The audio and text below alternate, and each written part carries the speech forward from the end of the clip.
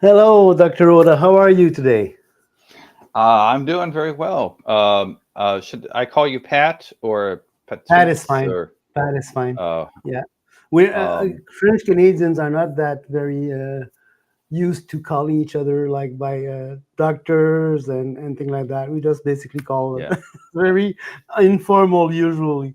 Yeah. I'm fine with that too. You don't really have to use my title. I see this as just a friendly conversation. Yeah, exactly. I put the doctor uh, in my display name just so anyone who might be viewing this at a future date or whatever won't assume I'm just some nobody who is spouting off about stuff he has no idea of. I should probably start. The first time I used doctor in front of my name was in the description Hmm. from for this show in Facebook. I think this is the first time I've ever put the DR before my name, Hmm. precisely because of that. Well, you've earned it, you know. So, Yeah, yeah, uh, congratulations to you on that. I think it was last year, right, that you finished. yeah. Last year I didn't hand in my language requirements soon enough, so I had my master's graduation last year Uh, and the PhD normally this year. So. Yeah. Because I'm wondering, I'm not sure yet if I'll be able to attend. I have this weekend to decide, and oh, then and then we'll see. Yeah. So I was looking forward for this discussion for a while. Well, not this discussion specifically, but having a chat with you on this subject. I mean, I've been. How many publications did you do on either open theism or this? uh, I don't know. I haven't been especially prolific, but I've got uh, probably about, I don't know, close to 10 uh, articles that I've published on something either directly related to open theism or something that's very closely related. And I've got a short book that I that came out last year uh, Great with book, by the way. The Cambridge link will be in the description. on open theism. So uh, I'd say, you know, as far as open theism goes, I've got enough credentials there to qualify as an expert on the topic. Um, I mean, when I was writing my dissertation, which was on open theism and Molinism, I mean, I kept. It's funny because we had been chatting for a while on Facebook, and hmm. for some reason, I mean, it must be my ADD or something. I had never cut because I kept reading your your articles and things like that, and I never connected that this was the same Alan Rhoda I was speaking to on the Facebook. It was very funny. Yeah, so I was very happy because I mean I don't remember how many quotes I have from you in my dissertation. So yeah, Hmm. very happy. Well, I'm So pleased to meet you too. yeah, it was we've been chatting for a while on Facebook and we have good conversation. Well, always brief but very good. So listen, you put out a blog article concerning 7 problems you saw with Molinism. Hmm. And this brought about a response by Dr. Tim Stratton's Free Thinking Ministries. Hmm. He put out 7 misfires. And so in the description for Hmm. the YouTube, it says, well, Alan Rhoda fires back. Okay, very good, very good. Because, hey, you have to defend your honor. Yes. But I think basically, well, you can tell me, but I don't think, and we'll see this as the stream goes on. But I don't think Dr. Stratton answered your the gist of your critique, the really the substance of your criticism of Molinism. Yeah. And perhaps we can go through this. What do you think? Yeah. I would agree with that overall assessment. To be fair, the criticisms that I listed against Molinism were only very briefly stated. I did not, you know, develop them in a, like in a rigorous way, but I did try to be careful how I stated them.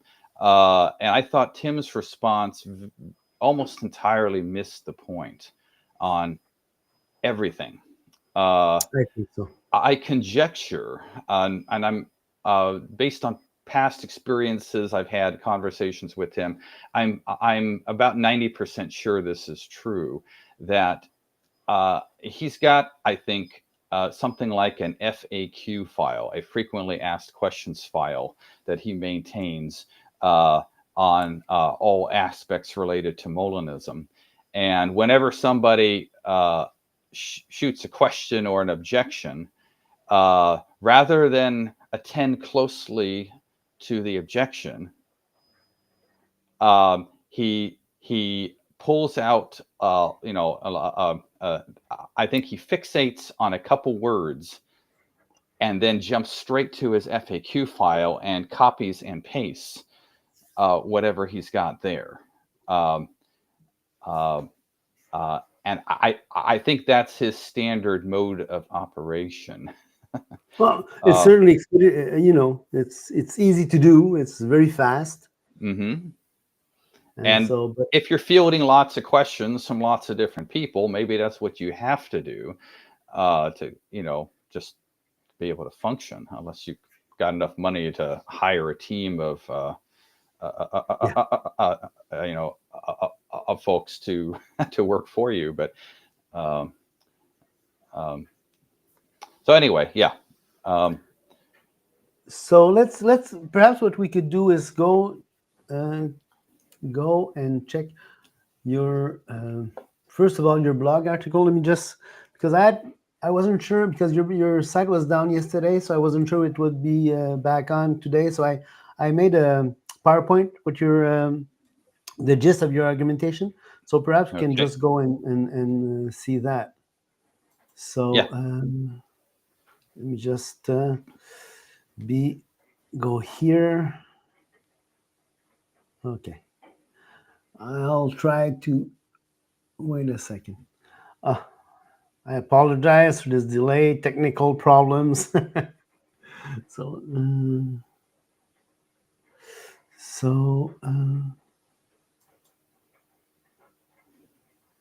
there. Okay. So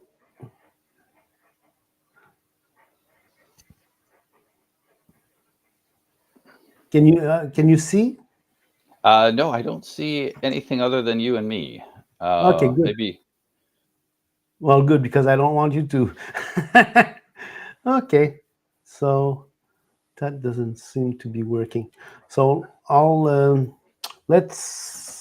what can we do? I'm so sorry. It was working before, but we now could it doesn't. just pull up my blog post and Okay, just good. Let's do scroll that. down from the top. Yes, I've got that open on my end. Okay. So let's do that. You could zoom in on the relevant part of the post and. Okay. So let's see. Can I give you the screen? Can I share my screen? I don't know your software, so I don't know. Yeah, no. Okay, this is not good. I'm so sorry. It was share screen. Okay, so I'll pull up your article. I'm so sorry. There's a share screen. A? There's a function here. Press H for share screen. I don't know. Press H. Oh, go ahead then. Try that. Let me see. Okay, give me just a sec. I've got a dog here that really wants out of the room. There you go. I have it. I will be back in about 5 seconds. No problem. So Dr. Rhoda, while he's taking care of his little dog, wrote this blog article responding or addressing Molinism, and the first one. Oh, there you go. Okay. So you see my? Yeah. Okay, I got it. I'm gonna try to blow this up a little bit more so I can. So does that work? No, that's about as far as it goes. Okay. Well, okay. Anyway, that's fine. So we may not have time to talk about all of these, but can at least start. So sure. just kind of off the cuff, I was thinking a lot about Molinism of late, because I've been chatting with Warren McGrew, and he's been presenting some criticisms of Molinism, and he was bouncing his work off of me, and so we were going back and forth. And I just had the thought that if I were to, like, try to list all of the major problems I see in Molinism, and then try to order that list, how would I do that? And so this was what emerged from that. I list a total of 7 of the problems here. The first 3 I expect we will get through in terms of, being able to look at somewhat closely. Whether we get any further than that, I don't know. But hey, we can always come back to it and do another one eventually. That'd be great. Yeah. So should I start with the first one and kind of explain what I had in mind, and then we can look at what Tim says? Yep. And just flip back and forth. All right. So by way of the first claim has to do with what I say internal inconsistency. I claim that the very idea of middle knowledge is internally contradictory. Now, maybe I should pause there a second, just explain what I mean by middle knowledge. Okay. This is the key or crucial assumption of Molinism, right? Which is a model of divine providence that wants to reconcile the 2 main ideas. The first idea is the idea that God exercises what we might call meticulous providence. It's an idea that's expressed quite aptly by the Westminster Confession of Faith. Very early on, it says that God ordains, quote, whatsoever comes to pass. The idea is that everything that ever happens in creation, from the very beginning to all the way through the whole course of creation history, that God has sovereignly chosen that particular course of history.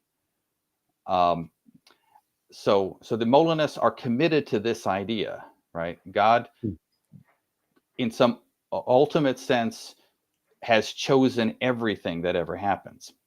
But they don't want to go where the Calvinists go, because the Calvinists will say, yes, God ordains whatsoever comes to pass, and the way God does this is by deterministically causing everything.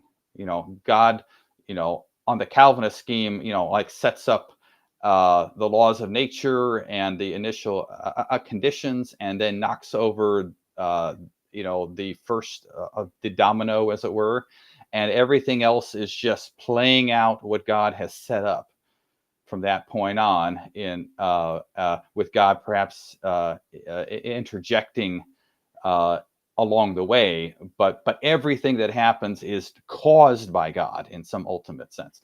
The Molinists don't want to say that, because they think that makes God the author of evil, which it does, frankly. It does, but definitely. and so they want to say, no, us creatures, at least us human creatures, have a libertarian type of freedom. That is, it's a kind of freedom that gives us moral responsibility, and that is incompatible with causal determinism. So a libertarian type freedom requires indeterminism, right? It requires that when we make our free choices, that it's like we come to a fork in the road. You have this option here and this option here, and at the moment of choice, it is really up to the agent which way to go. There's nothing in the causal structure of reality that's requiring you to go left or right, or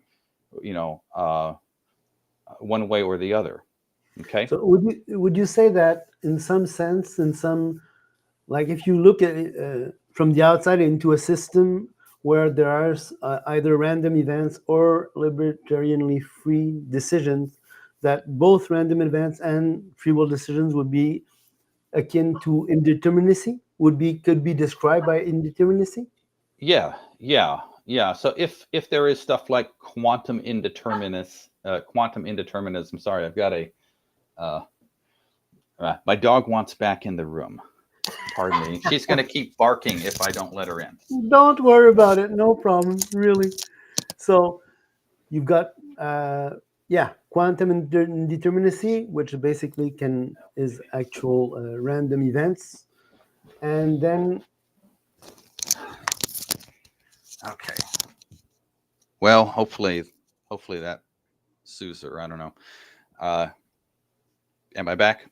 yeah, you are. Okay. So we Okay. were speaking of random events or quantum indeterminacy. Yeah. So so you could have just kind of brute indeterminism where you've got a causal system that just leaves multiple options open, and it just kind of like some sort of like a probabilistic thing, like the nature rolls the dice at some point and you just get one result or the other, and then it's just purely random. We don't think free will is like that. We think free will has got to be more than just brute indeterminism, because otherwise it's not really you choosing. It's just like something rolls a randomizing device in your brain, Agreed. and then Definitely. that's what happens. Yeah, That's not the same as choosing for reasons, exactly. where the reasons for your choice are what explains or justifies your choice. Pardon me a sec. Oh, you need to stay out of the room. Okay, or you need to be very quiet. Sorry. Oh, no problem. I've got a dog to it. Always. Yes, my daughter. She For your brought. daughter? Yeah, she wanted to see the dog, I guess. But That's fine. anyway, and then she stumbled over over something that was on the floor and fell. I But don't have any kids, unfortunately, but I am sure that things like that just happen. That's fine.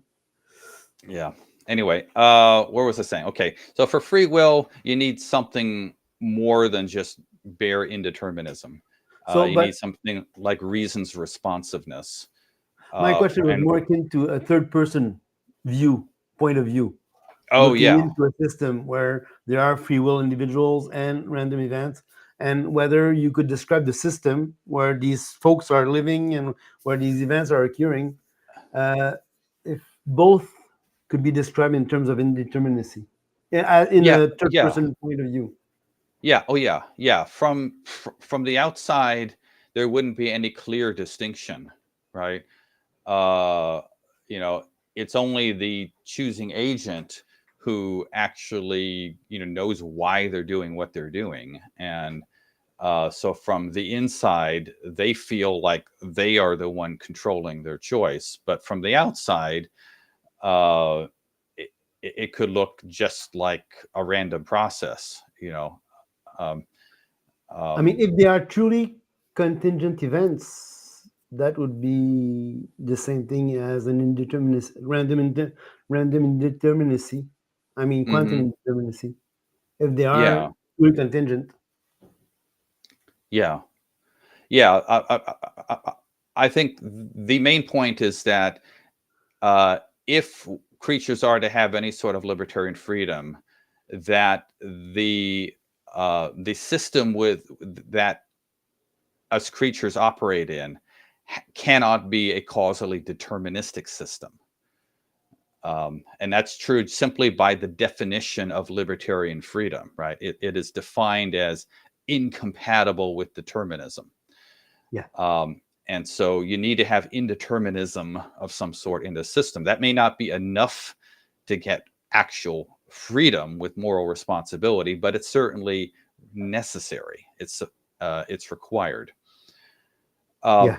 So the Molinist wants to marry these ideas. God has specified in his creative decree, specifies everything that ever happens, and yet creatures are somehow free to, and they make the choice, like to go left or right at least at certain junctures in their lives. And the way they try to marry these two ideas, to put them together, is with this notion of middle knowledge. The reason it's called middle knowledge is because in their thinking, it sits in between what they call God's natural knowledge and God's free knowledge. So it's in between, or in the middle of those two. God's natural knowledge is things that God knows by nature. It's so God is the ultimate ground and source of everything else, right? So God is the ground of possibility. And God's nature is something that is absolutely necessary. God is a certain way. God is like loving, and God is just, and God cannot not be those things, right? So God exists and cannot not exist. So God is a necessarily existing being. So in terms of God's natural knowledge, it contains all of the possibilities and necessities, right? But it's not stuff that God chooses, right? That God, it's stuff that it's just kind of built into the divine nature. On the other hand, you have free knowledge, which is called because it's consequent upon God's free decision to create this particular world, as opposed to this other particular world, right? So in God's decree, again, according to this idea of meticulous providence, God is choosing a world that is a complete total history, right? All the details are specified.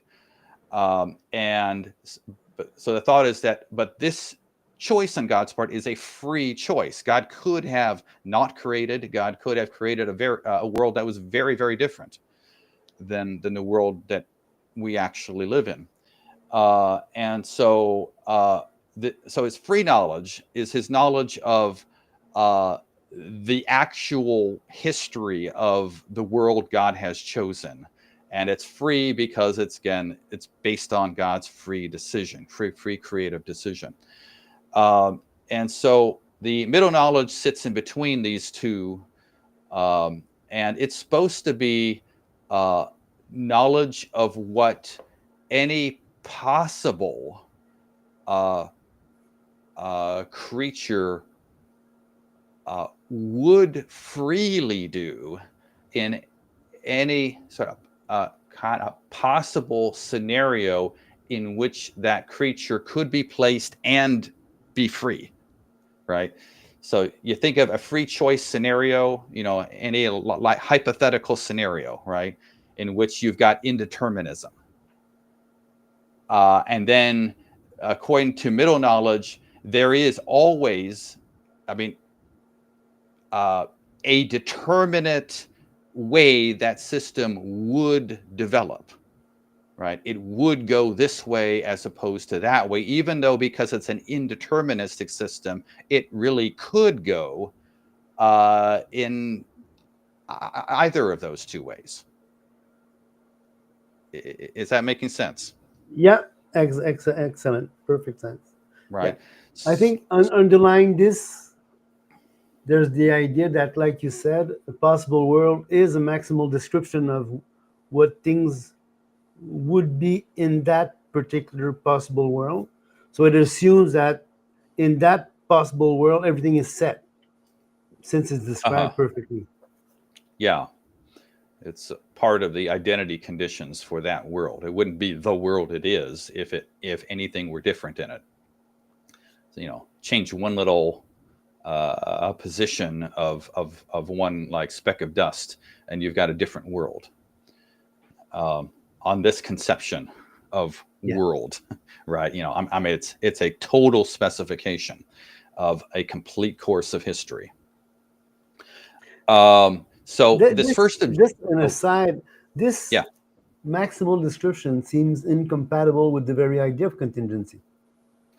uh, Since a yeah, contingency, by definition, is something is possibly true and possibly false at the same time. right.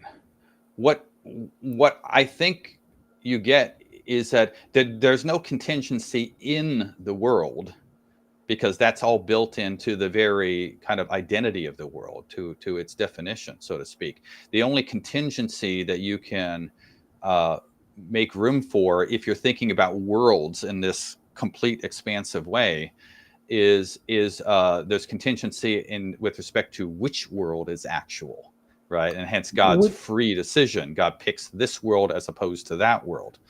Um, but um, wouldn't you say then that contingency just becomes possibility, since possibility is true in some world and not in other?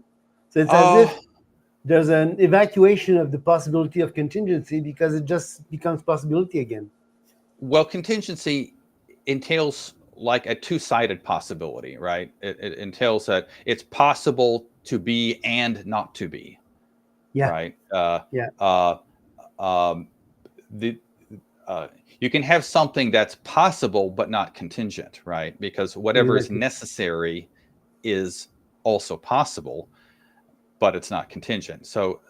Uh, uh, so contingency means that at some point there's more than one way things could go, and it's not specified at that point which way they are going to go. It's an open question. Um, so on the Molinist scheme, the only real point of contingency is when God is deciding what sort of world to create.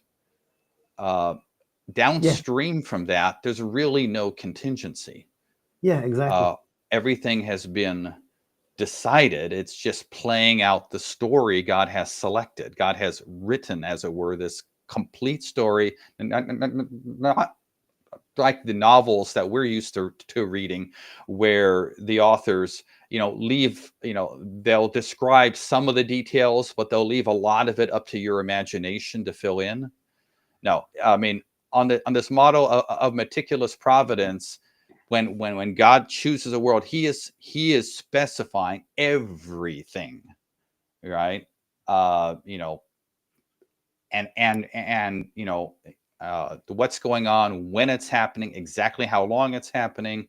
There's no room for interpretation or for imagination to fill in the gaps in any way, because there are no gaps.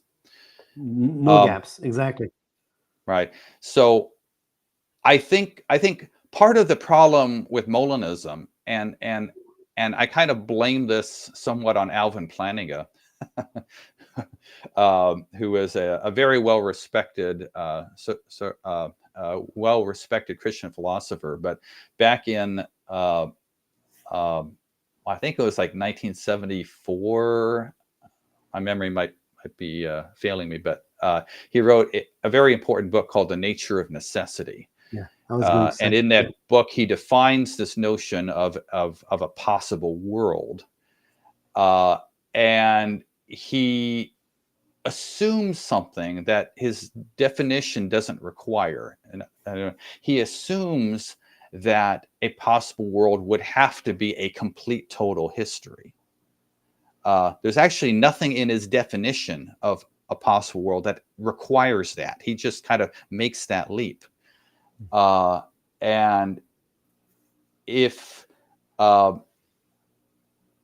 if you work with that idea that, well, it's got to have this complete total history, and then you say there is one world that God has selected that is the actual world, hence it's the one total history, then there can be no kind of dynamism in that world, right?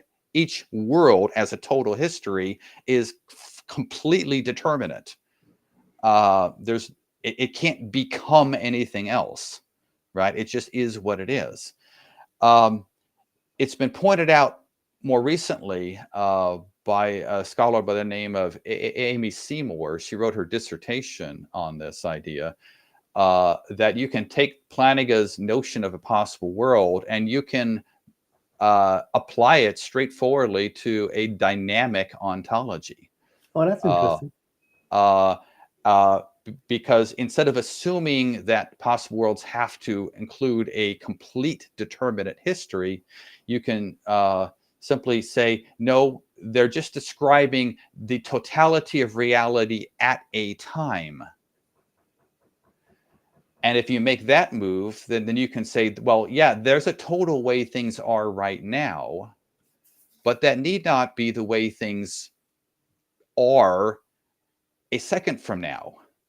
And so once you make that move, it's easy to think how there can be real becoming in your ontology, because you can say what world is actual now will not be the same as the world that is actual a minute from now, because worlds are not temporally maximal. They refer to just like one slice of, this is how it is right now. And one slice of reality at one point in time. Yeah. And so which world is actual is constantly changing as reality changes. And that, I think, is much more of a commonsensical way of thinking about actuality. What's actual? Well, it's not this whole complete history. It's what's real right now. The past is no more. The future is not yet. And if you think that there is genuine indeterminism, then you think that how the future unfolds from this point on, well, at some points at least, it's genuinely an open question. It's not determinate how things are going to go. They might go this way, they might go that way. And so I think that Plantinga got the modern discussion of Molinism started with his book, The Nature of Necessity. And I think he really got it started in the wrong way by just assuming this idea of possible worlds as complete descriptions of a total history. Once you make that move, the only place you can fit contingency in your system is in the choice of which world, because everything else is built into the world. If you don't make that move, then you can see contingency all over the place. And you can say, no, it's which world is actual is not fixed for all time and eternity. It can go many ways from here. And so there are many worlds that are possible from where we're at now.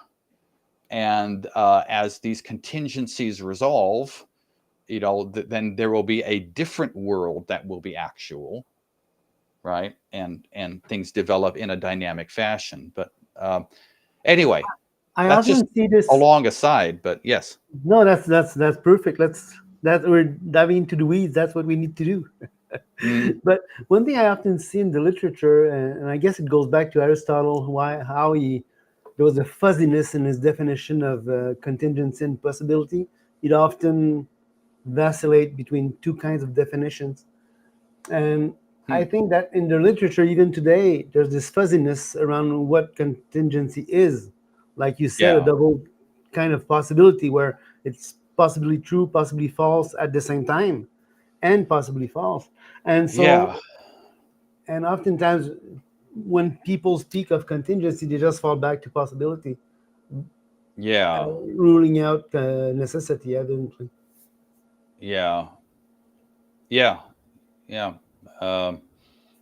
So you were saying, so in your article, you say that there's an internal inconsistency. I guess even with the use of its Molinist counterfactuals, I mean, these subjective conditionals, there shouldn't, I mean, a would conditional, usually the antecedent necessitate the consequent. And here we have a necessitated contingency.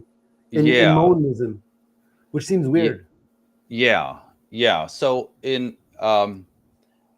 every time you state a conditional, it doesn't matter what kind of conditional, you are claiming essentially that your antecedent, the if this, the if part is the antecedent, and then you say then, and then comes the consequent. So if antecedent, then consequent. You're saying, there's my dog again, that That's fine. that if that the antecedent is in some way sufficient for the consequent, and if that's true, then the consequent is in some way necessary, uh, uh, given the antecedent. Give me just a sec. I'll No problem. right back. So, yeah, so a conditional, the antecedent, especially in a wood conditional, necessitates the consequent. Okay, dog's happy again. So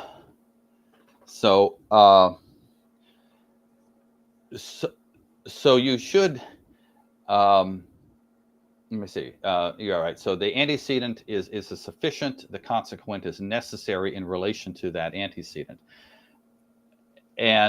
But if we're talking about a situation that is truly indeterministic, right? Then we're, right? It's just true by definition of indeterminism that there are multiple causal possibilities, right? Or else it's not a contingency. It's not indeterminacy.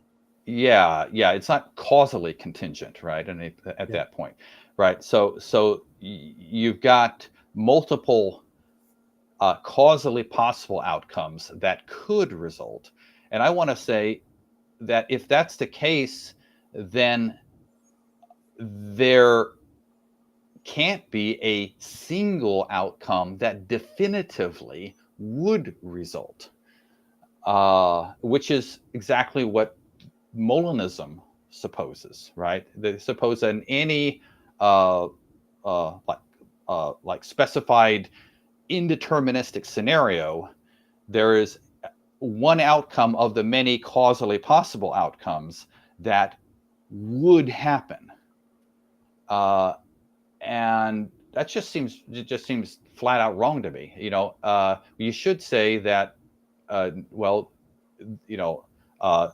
there's at least, put this way, if the situation is indeterministic, there's got to be at least two possible outcomes, right?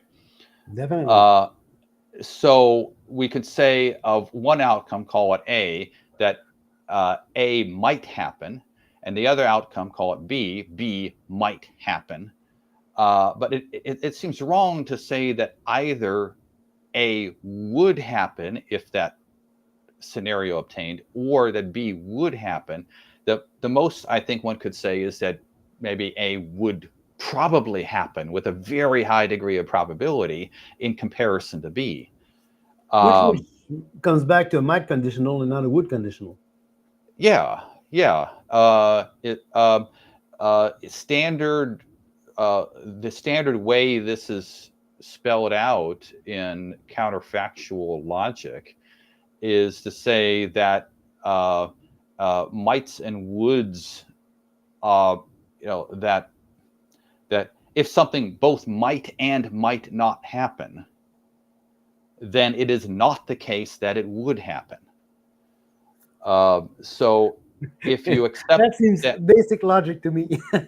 yeah. I mean, it seems like really commonsensical. But your Molinists have to contest this idea, and I honestly don't think they do a very good job of contesting it. Let's see how Dr. Stratton answers this first objection about internal inconsistency. Okay. Do you have your...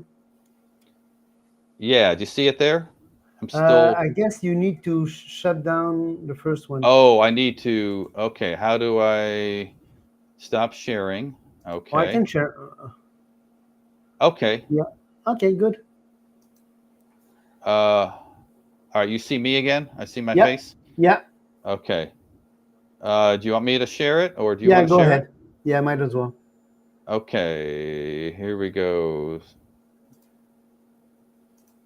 Bringing up Tim's article. Okay, so he starts out with this claim that, let me see, he says that that my objection assumes a controversial thesis that indeterminism entails epistemic opacity. Now, he doesn't define what he means by epistemic opacity. I really don't know what that means. It's not a standard, or like a common term in the philosophical world. Epistemic just means having to do with knowledge, but my claim wasn't based at all on anything having to do with knowledge. It was simply based in the nature of indeterminism, which has to do with causation, right? It's a metaphysical claim, not a knowledge claim. But he says, because the choice is not causally determined, there can be no... okay, so I guess his explanation of epistemic opacity is in the next sentence. Because the choice is not causally determined, there can be no fact of the matter about what the agent would freely do. However, many prominent philosophers reject this claim. Okay. So he basically lists Molinists. Yeah. So, Yeah. well, I There's... mean, yes. so he basically lists Molinists who agree with him initially to prove his point. Yeah. And I would say, well, one, he shouldn't call this claim epistemic opacity, because that's just a misnomer here, right? The claim is that even though the choice is indeterministic, there's still a fact of the matter about what the agent would freely do. But that's really just a question-begging response. I've offered at least a rough rationale as to why we shouldn't think that there's a determinate fact of the matter as to what would happen in an indeterministic situation, that the most you could have is a would probably. He hasn't actually rebutted that claim at all. He's just said, well, here's a bunch of people who would take a different position. Okay, good. And I could, if I wanted to, I could list a bunch of people who agree with me. I mean, this is a rather cheap response on his part. It's superficial. It is, and it seems to me that by definition, indeterminacy is something that one cannot determine in advance. I mean, this is the essence of indeterminacy. Yeah, I mean, by definition. Yeah, his next line says, on Molinism, God's omniscience includes knowledge of all truths. Well, I agree with that, and I'm not a Molinist. But then he says, including truths about what free agents would do in hypothetical and presumably indeterministic circumstances. Okay, but you've just assumed that there are these kind of truths, and that's exactly the claim that I challenged in my first argument. So he's just begging the question against me here. He's got to mount an argument to show that such truths actually exist. Why should we think this when there's a fairly intuitive way to motivate the idea that there aren't any such truths? To use a simple example, imagine we've got a fair coin, right? It's a perfectly fair coin, and we're going to toss it in a perfectly fair way. And I ask you, if I were to toss this coin, would it land heads on the next toss? Would you accept that, or think that could possibly be true? Or the alternative, if I were to toss this coin, in this perfectly fair way, then it would land tails, i.e. not heads, on the next toss. I would doubt this was a legit coin.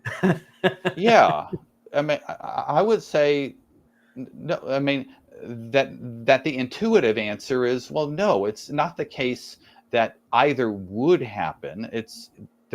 I mean, it's not built into the cosmic cards that this is going to play out any particular way. It's really, I mean, if you take the indeterminism seriously, then it's really an open question, how things unfold. In which case, it's that there's no determinacy yet. It's up in the air, and so it might land heads, it might land tails, and it's not the case that it would land heads, and not the case that it would land tails. That seems to be much more commonsensical. And Tim's response is basically just flat out begging the question against that. He's not motivating his assertion that there are determinate truths about how these indeterministic situations would develop. I thought about this a little bit after I read Tim's response, and I tried to think, okay, suppose Tim were to actually try to construct an argument, right? Yes, there are these middle knowledge type truths. How would such an argument go? And it seems to me that, well, okay, one route that you could take would be to try appealing to sort of widely accepted logical or kind of quasi-logical principles. For example, you might say, well, the principle of bivalence, which is the claim that every proposition, it's either true or if not true, then false. In other words, it's claiming that there's only two sort of values, truth values that a proposition can have, and that those values are true and false, and every proposition has one or the other. Right. That's what the principle of bivalence says. That's not an uncontroversial principle, but it is widely accepted. And suppose we grant that. Okay, does it follow that any of these middle knowledge conditionals have to be true? I say no, because I can consistently say that every middle knowledge conditional is false. That satisfies bivalence. And it fits with the coin example, because I want to say it's false that the coin would land heads and false that it would land tails. What's true is something else, namely that it might land heads and might land tails. That's what's true. Both of the would claims are false. So at this point, if they're going to try to press this line of argument, they're going to have to appeal to another principle. And the most natural one, which Molinists often do appeal to, is known as conditional excluded middle. You've probably heard of this, I'm sure. I've read a few papers of yours on this, and I love your argument at one end, but I'll let you go on. You'll explain it better than I ever could. Okay. All right. So the idea behind conditional excluded middle, and this is even is significantly more controversial than the principle of bivalence, says that for any pair of like antecedent consequent antecedent and consequent conditions, that if I say if the antecedent, then either to say this more easily, I'll call the antecedent A and the consequent C. Okay, so conditional excluded middle says if says either if A, then it would be the case that C, or if A, then it would be the case that not C. Okay, so it's saying that either the affirmative the affirmation of the consequent or its denial would be the case if A were the case. I want to say, well, one, I think conditional excluded middle is just false as a claim. I think the indeterministic like coin scenario that I described illustrates why we should think this is false, because in that case, I want to say, if we set up this coin flipping scenario and flip the coin, that it's neither the case that the coin would land heads, nor the case that it would not land heads. It's, really, it's up in the air. It's an open question how it lands. And so neither outcome is such that it would happen. What I think, where some people, I think, find conditional excluded middle plausible or intuitive, is because they conflate it with a different principle, which says something like that: if A, then either C or not C, right? Either this consequent or its denial. That's arguably a true principle, but that's not what conditional excluded middle says, right? So if I toss this coin, then either it would, then either it lands heads or does not land heads, right? It's going to land one way or the other, right? But that's not saying the same thing that if I toss it, then it would land heads, or that it would land not heads, right? Those two principles aren't the same, but if you conflate them, you might convince yourself that conditional excluded middle is true when it's actually not. But set that aside. Let's grant the Molinist conditional excluded middle. It still doesn't get them where they want to go, because the principle applies to would and would not. It says one of those two has got to be the case for a given antecedent consequent pair. But the Molinist wants a different sort of thing to be the case. They want it to be the case that either, if A, then it would freely be the case that C, or would freely be the case that not C. And that's not equivalent to conditional excluded middle, right? To say that something would happen given this antecedent is compatible with saying, as the Molinist wants to, it would freely happen. It's also consistent with saying that it would, but not freely happen. In other words, the whole And disjunct is true, but doesn't mean that either one of the components are true or false. yeah, so I can grant bivalence, I can grant conditional excluded middle, and I can still consistently and plausibly say all middle knowledge conditionals are false.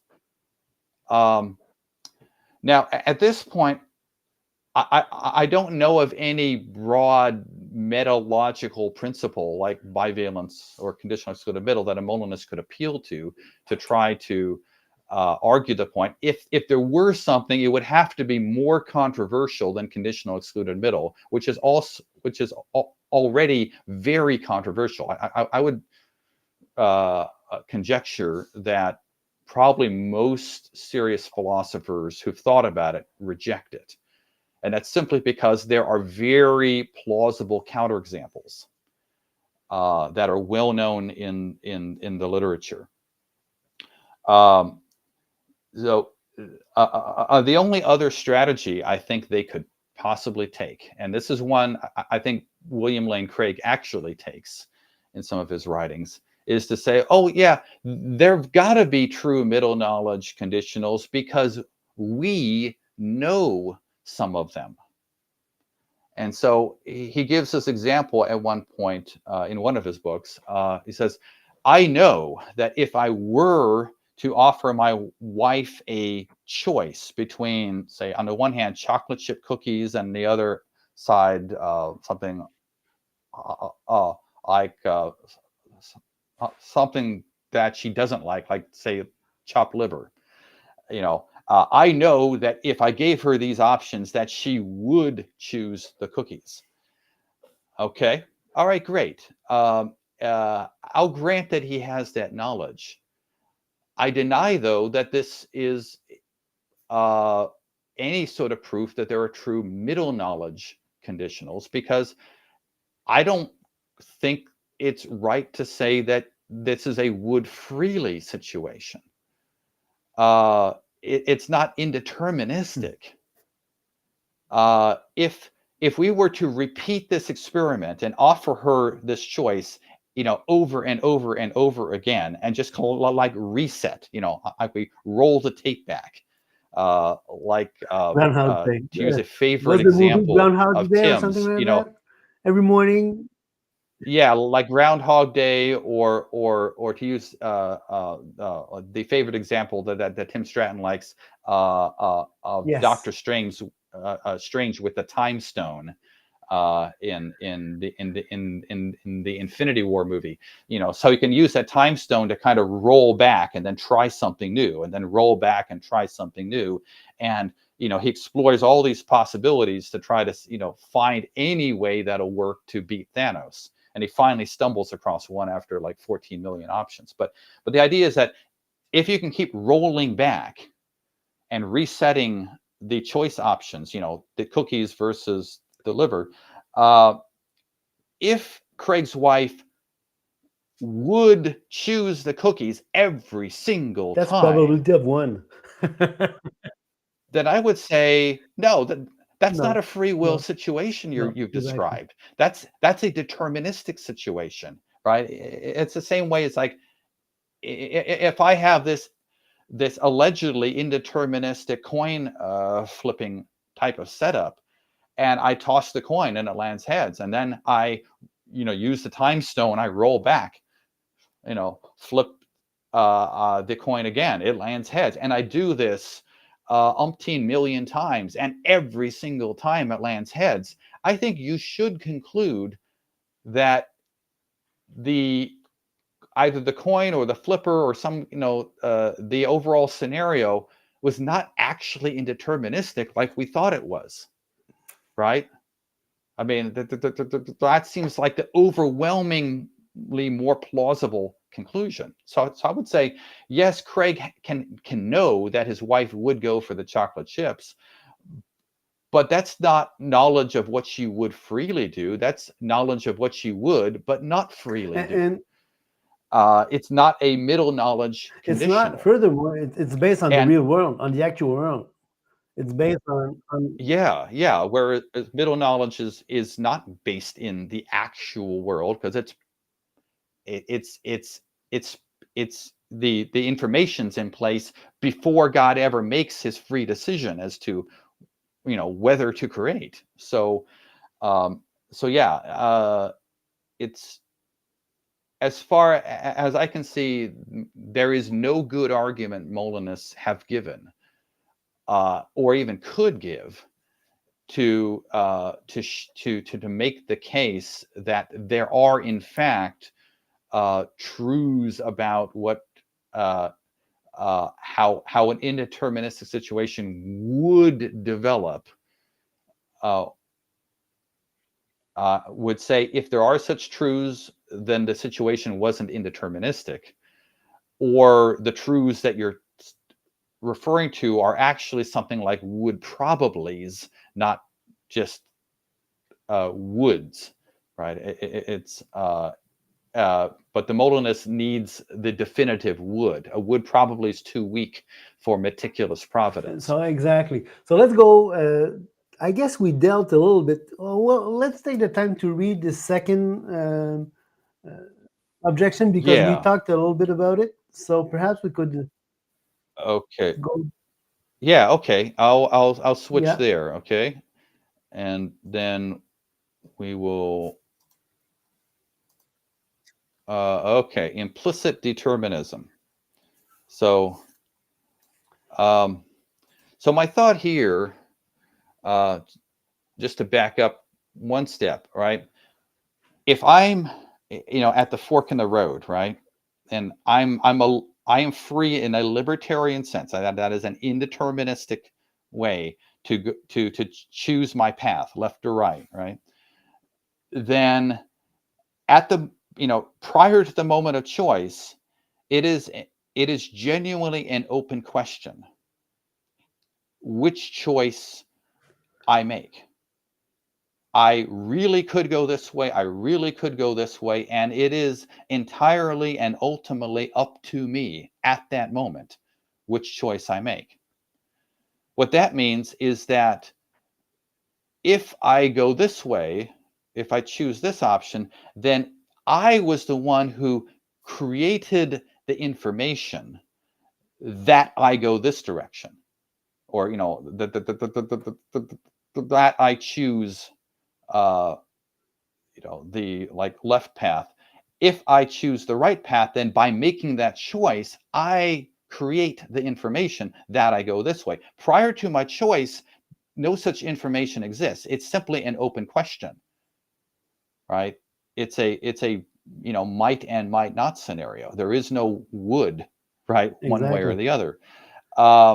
So if this is how it works in an actual libertarian free choice scenario, and I think it is, in any indeterministic scenario, that there are multiple ways things could go, and there's no antecedent fact of the matter as to how it would go or how it will go, because that information doesn't exist yet. It's not until that contingency is resolved by, say, a free choice or some just brute randomizer, built into the cosmos, that the information exists. So the Molinist, however, has to reject that. The Molinist has to say that this middle knowledge information, this information about how you would choose in any free choice scenario you might be placed in, that information exists, eternally exists, and it exists independently of your actual choice. So even because God had to have this information in order to select which of the many uh, possible worlds he wanted to create. Um, so God could have decided a world that didn't include you at all. You never Exactly. exist. In which case, whatever middle knowledge information concerned what you would freely do in any of these hypothetical scenarios, it isn't grounded in anything you actually do, because you never actually exist, but yet the information's there. So on the middle knowledge account, information about how an indeterministic scenario would develop has to exist independently of any actual indeterministic scenario. But then you have to deny that the information actually comes from the agent's choice in that scenario, right? It's out of thin air, Uh, literally. yeah, you have this counterfactual information that is completely independent of any actual situation.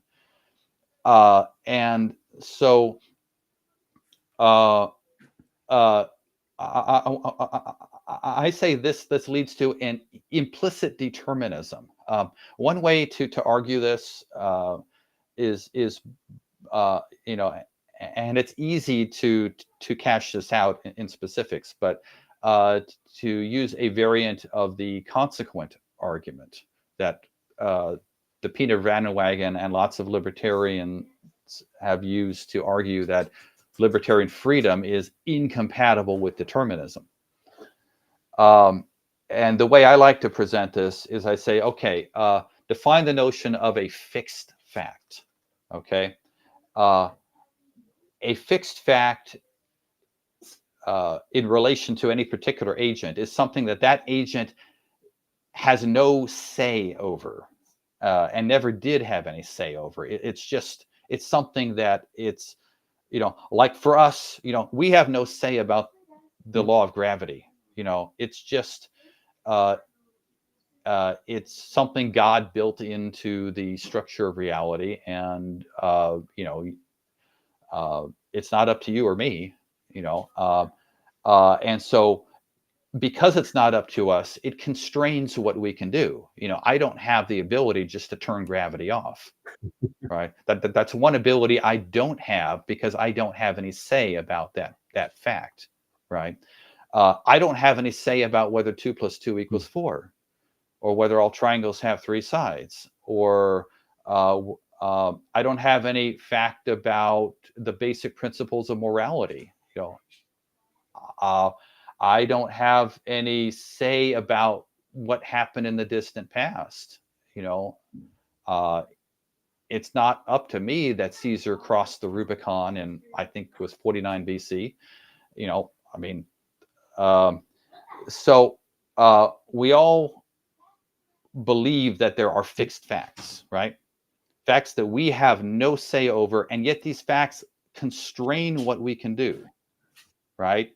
I don't have any ability that would enable me to overwrite or change or alter any of these fixed facts. That's just what it means for them to be fixed. Now, suppose that the fixed facts, whatever they are, okay, specify the complete history of creation, including everything you and I ever do. Well, if that's the case, then I can never be free to do otherwise than whatever I actually do. Because we've already established that we don't have any say about the fixed facts, and the fixed facts constrain what we are able to do.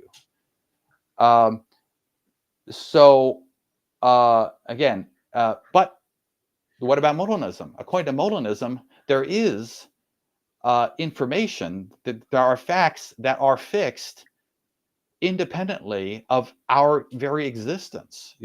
That I choose like chocolate in some allegedly free choice scenario is fixed before the creation of the world.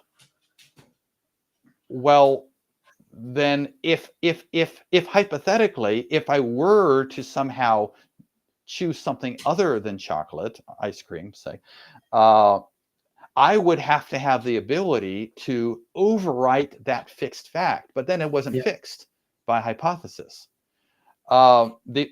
According to Molinism, when God chooses which world to create, his decree fixes the entire course of history. It's not up to me what God has decreed, right? His decree is explanatorily prior to my very existence. And because that decree is all specifying, it fixes all the history of creation. And I have no say about any of that. So it seems to me from the Molinist commitment to middle knowledge and to meticulous providence is directly incompatible with creaturely libertarian freedom. It implies determinism. And just the idea that there exists this eternal set of all these maximal propositions for all these possible worlds, that all of these are already scripted out, so to speak. This is even more unsettling, I guess, than this, because there's nothing unscripted. Even counterfactuals are all scripted. I don't know if that makes sense, but it seems to me that it's even more irrational to me. Yeah. On the which kind of leads into the next objection, but maybe we should look at what Tim says in response to this implicit determinism. Yes, excellent charge. So let's go. All right, so let's switch over there. I'll that go was ahead my and dog that was pull up making Tim's. I shut the door. Yeah, that's pets for you. We love them. Okay, so what Tim says, he says, okay, that I claim I claim that Molinism smuggles in determinism. No, I argue that it entails determinism, not smuggles in. But anyway, because God chooses which possible world to actualize based on what creatures would freely do. No. It's not simply because God chooses this complete determinate world. It's also because I argued because if libertarian choice were actual, the source of information as to what you do in that indeterministic situation has to come from you. And on Molinism, it can't come from you because you don't, because the information's there independently of whether you ever exist. That was the gist of my argument. But then he says that this objection conflates logical priority with causal determinism. He says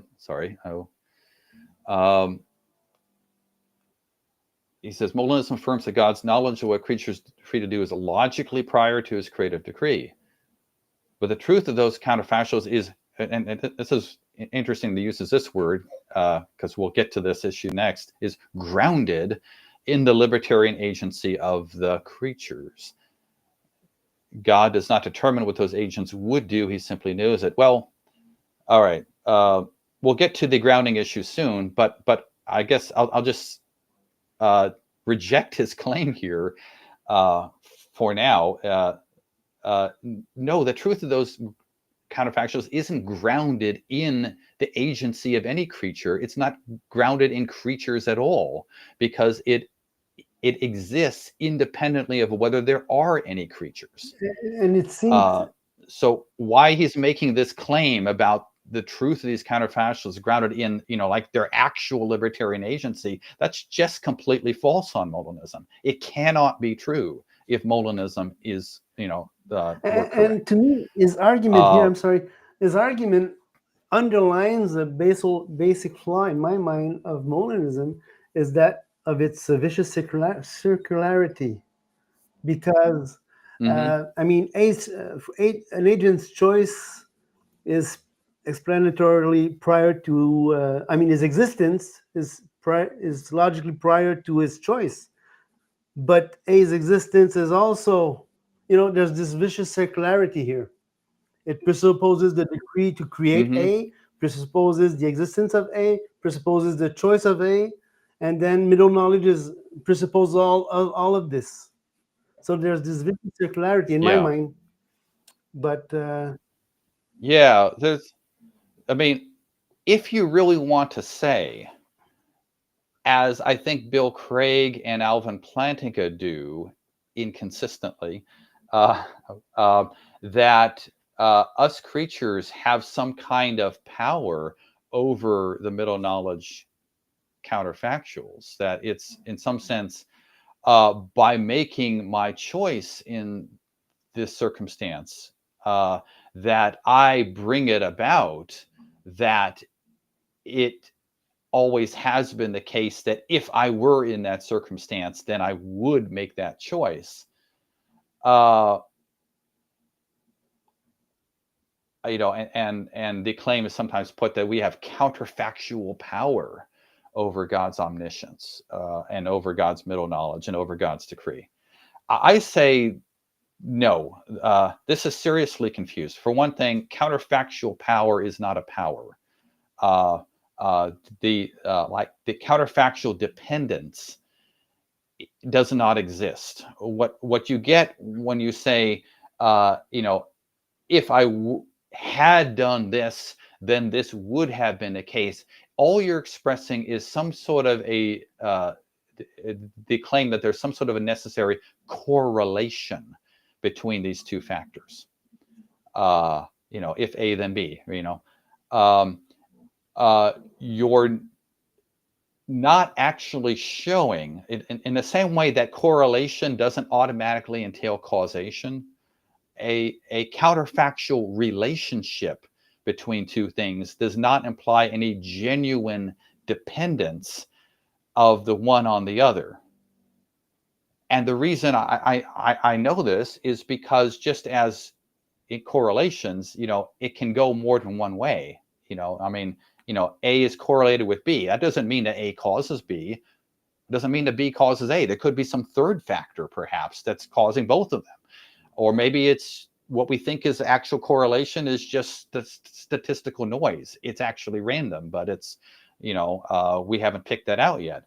The same way, if I want to say, if I were to choose otherwise, then God then God's decree would have been otherwise.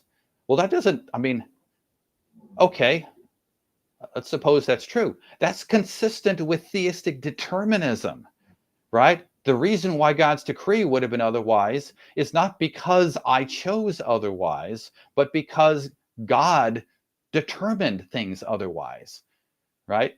So the counterfactual dependence idea doesn't get you out of determinism. It doesn't help secure creaturely freedom. It's actually fully consistent with a very thoroughgoing determinism.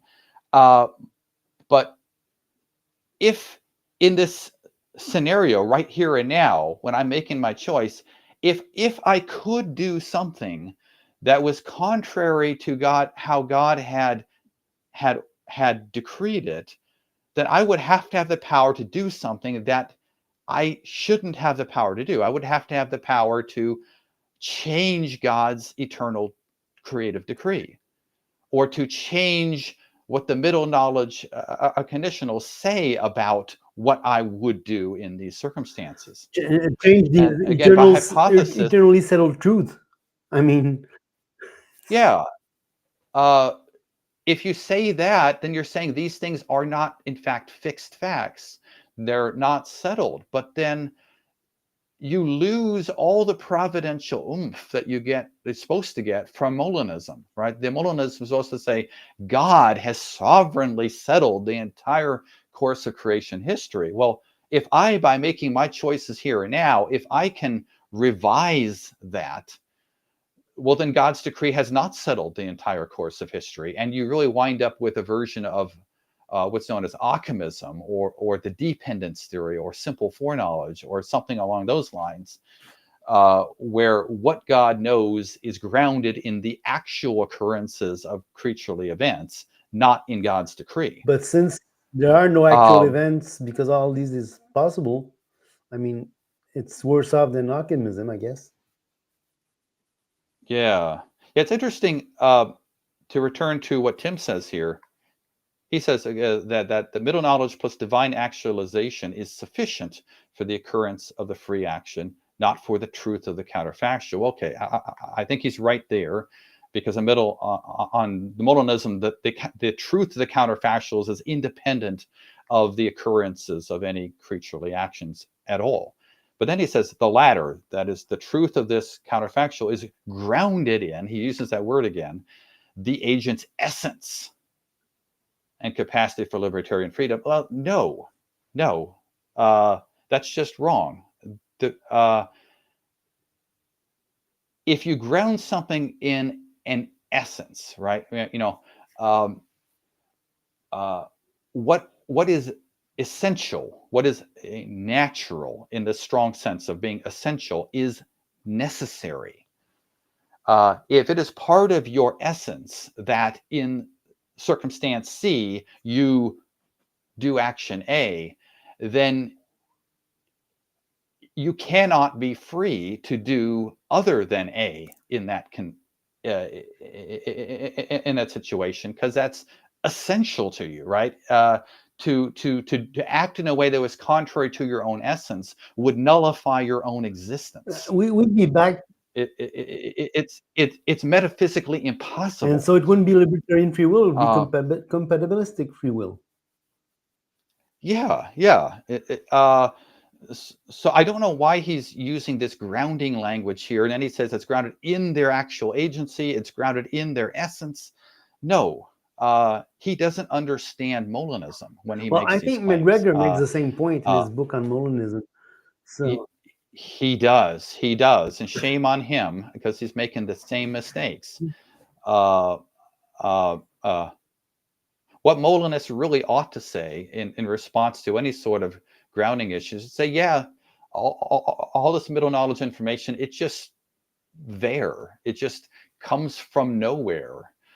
But it constrains what God can do, and God just works with that information and designs the best world that he can. So I guess it'd be good to go to the grounding objection, because I think we're there right now. So perhaps you could go to your objection, and I think we're about a ways in. I love it. I can go on all day, but if we want to, yeah, I think we should go to the grounding objection. So can you? I'll just unshare my screen, and then you can share yours for your article. Okay, here we go. All right, so it's been saying that, I mean, it sure seems that this middle knowledge information doesn't come from anywhere and is grounded in nothing. And yet somehow it's true. It's supposed to be true and infallibly knowable by God. So why do I say it doesn't, come from anywhere or is grounded in nothing? Well, it can't come from God's nature, because then it would be necessary, right? It would be natural knowledge, and middle knowledge is supposed to be logically contingent, right? That's how it's defined, right? The connection between antecedent and consequent cannot be a necessary relation on the Molinist scheme. It has to be a purely contingent relation. The antecedent does not entail the consequent, and yet somehow on the Molinist scheme, it just happens to be true that if this antecedent occurred, then you would freely get this consequent. So the information can't from God's nature, or it would be natural knowledge. It can't come from God's creative decision or God's will, otherwise it would be free knowledge. It can't come from creation itself, from the actual world, because it's God who decides which world is to be actual based upon this middle knowledge information, right? So the information has to exist explanatorily prior to God's decision. And so the information can't come from creation or from any other metaphysically necessary source. Again, just like Platonic forms or something, like there's just something built into the cosmos that's metaphysically necessary, and it just delivers this information. No, because the information is metaphysically contingent, and Molinists insist on this. So now it seems like this information just comes from nowhere and is grounded in nothing. So this leads to two different ways of developing a grounding objection. Okay, one is what I would call a lathic grounding, where a lathic just comes from the Greek word for truth. So it's grounding with respect to truth, right? What, in virtue of what are these middle knowledge conditionals true? The other type of grounding, which is what I'm actually appealing to here, is what I might call epistemic grounding. What secures this as an item of knowledge, as opposed, say, to just accidentally true belief, right? So we can look at both of those if you'd like. Yeah. Because I recently in a online discussion with Tim Stratton, Eric Hernandez, and I forget the name of the third person. Eric was, I think, if I'm not mistaken, was basically saying that it is grounded in God's nature because of his conceptual knowledge as opposed to perceptual knowledge. And so perhaps we can just mention a few things. So I'll let you go, and if you can be mindful of this thing, because I was surprised he would ground it in God's nature, because, as you said, God's nature is necessary. So so what I think he's saying there, and this is something where he's following along with what William Lane Craig says in a few places. So is he wants to say God by nature is omniscient, and what that means is God by nature knows all truths. Now he's assuming here, and this goes back to my first objection, that there are any middle knowledge truths. I've already argued that no, there aren't, and there really couldn't be. But let's set that point aside for the moment. What Craig wants to say is, God just has this innate ability or property to just infallibly know all truths. And then you add that there are middle knowledge truths, and so God just knows these things. The point of affirming the so-called conceptualist model as opposed to the perceptualist model is to say that God just knows these things without having to be acquainted with any reality that would establish them. Now, this seems to me very implausible to just say God could just know these things. Because if we think about how we know anything, right? If I make a knowledge claim, I know that my dog is lying on the floor next to me. It's quite fair for you to say, interesting claim. How do you know that, right? And it would be normally incumbent upon me, if pressed, to provide a relevant explanation, right? To say, I know it because I see my dog on the floor next to me.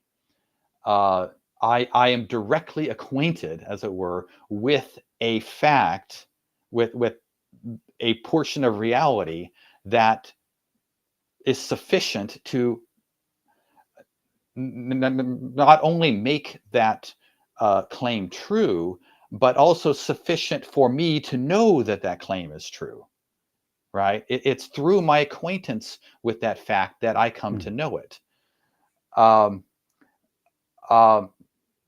If we ask about God's natural knowledge, how does God know this stuff?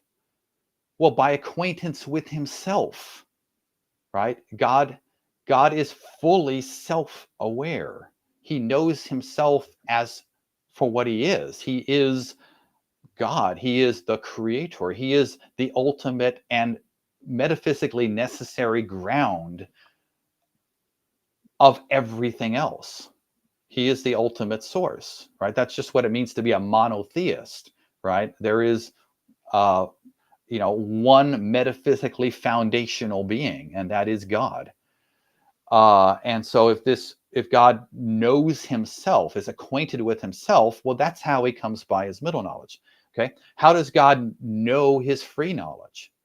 Well, again, God knows his own decisions, his own will. He's directly acquainted with his own volitions, and his power to bring things to be.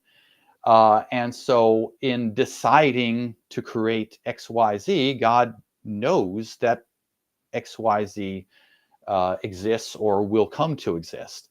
So God's free knowledge can be grounded in something God can be acquainted with. His natural knowledge is grounded in something God is acquainted with.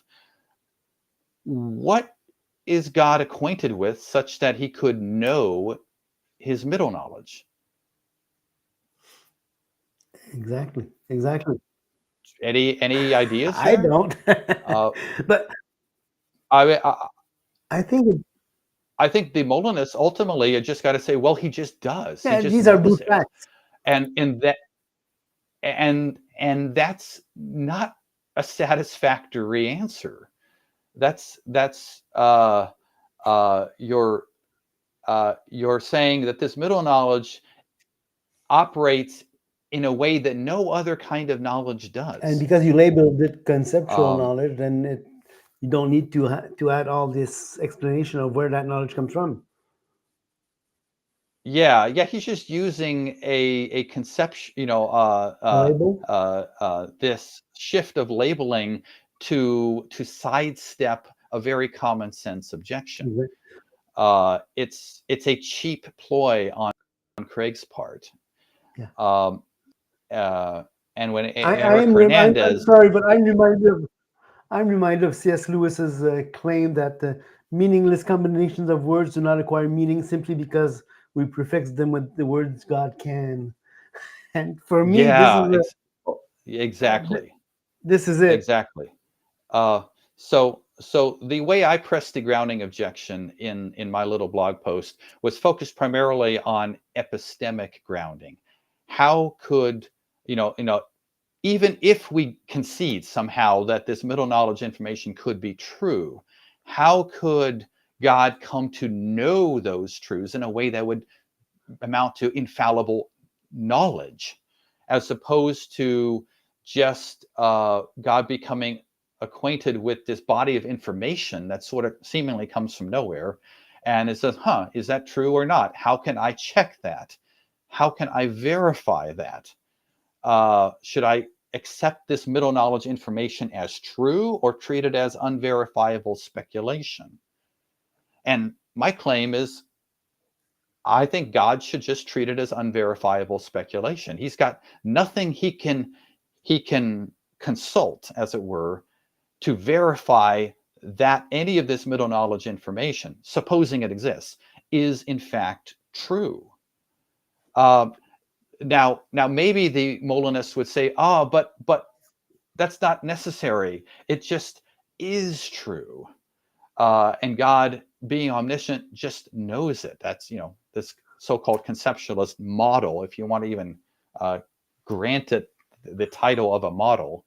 Uh, uh, uh, uh, this, I think, won't work, because if you're going to say that these things just are true, you're implying something that I guess could be called the identity theory of truth, where you're saying that truth is an intrinsic property of certain propositions. I That some think that's where you have to propositions go. just sort of glow with this aura of truth, and other ones, are like darkened and false. And so God can just know which ones are true just by contemplating the proposition. Well, that might work for say logically necessary truths. Yeah, Like necessary I, truth. Yeah. I can just reflect on the idea that 2 + 2 is 4, and I can see with the eye of my mind that it's true, right? The truth is like built into the proposition because it's logically necessary. But middle knowledge information is explicitly not that. It is logically contingent. So Well, you it's can't about just, something. yeah, but you It's about couldn't, something out there that's contingent. yeah. And so you couldn't just contemplate the proposition and know that it's true. Acquaintance with the proposition isn't enough. Uh, why is this middle knowledge conditional true, whereas, the one that says I would freely choose chocolate, true in a certain scenario, whereas one that says I would freely uh, uh, choose vanilla instead of chocolate. Uh, why is the one conditional true and not the other? The Molinist has no answer.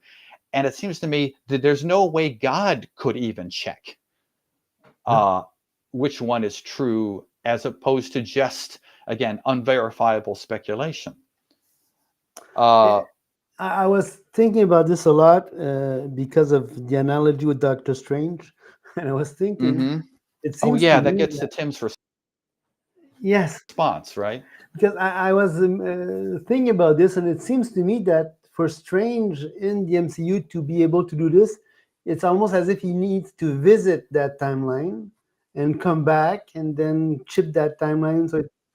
So it's like a Yeah, branching time more than a presentism ontology. I was just trying to think how he yeah, could do that. So it's as if yeah, God would need to visit those yeah. Let's look timelines at this a sec. for him to check. Yeah, yeah. Uh, So in response to this grounding objection I pressed, which was primarily an epistemic grounding objection, uh, Tim says, okay, he raises the familiar grounding objection. If the truths in God's middle knowledge are neither grounded in his nature, will, nor creation, then they're grounded in nothing. And then he says, this objection rests on Truthmaker maximalism. Pause right there. Where did I invoke any Truthmaker principle? The way I presented my argument, I was actually conceding the truth of middle knowledge for the sake of argument, in order to press an epistemic grounding issue. Tim's just here, I think he just is pulling from his FAQ file. He saw grounding objection. He says, okay, I've got a stock response to that. I'm just going to copy and paste that here. Well, it's an easy target. I mean, Truthmaker maximalism is an easy target. I mean, it's a very controversial claim and all that, and it's an easy target to shoot down without addressing the substance of your objection. Yeah, I mean, I'll grant him that Truthmaker maximalism is controversial. I don't think it ought to be nearly as controversial as it is. I've read a lot of these people that he refers to, like Trenton Merricks, and I've read what Craig says about it, and others. I've read, like a number of books on truth-making in general, and the way people, may state what Truthmaker maximalism is first, and then we can state why some people think it's controversial and why I don't think it really should be that controversial. But then we can go further and say it's really kind of not necessary for the grounding objection at all. So when he says it rests on the Truthmaker maximalism, he's setting up a straw man here. But let's step back to the correspondence view of truth, right? This is, I think, the common sense model of truth, that truth consists in some sort of correspondence between a thought or a statement and reality, right? So when I say, my dog is lying on the floor, that's a claim, a statement, a proposition, a thought perhaps I have in my mind. And I want to know, is that thought, statement, claim, is that true, right? Can I predicate truth of that thing? And so I don't have to repeat myself and saying thought, statement, claim, whatever. We'll just call these things of which we might want to say are true. We'll refer to them at sorry, I have a stutter and I sometimes get tripped up. No problem. We'll refer to all those things as truth bearers. They're things that represent in some way a way things could be, and we want to know, are those things, do they truly, correctly represent the way things are? So a bearer of truth, like a proposition or statement or thought, represents a way things could be, right, hypothetically. And then to know whether it's true or not, we have to consult reality, right? So is it true that my dog is lying on the floor next to me? Well, that depends. I mean, on whether I have a dog and I have a floor and the dog is on the floor and I exist. It depends on that too, and whether I am in close proximity to this dog. So we're thinking, for this claim to be true, reality has to be structured in a way that lines up with, that syncs up with the claim that was made, right?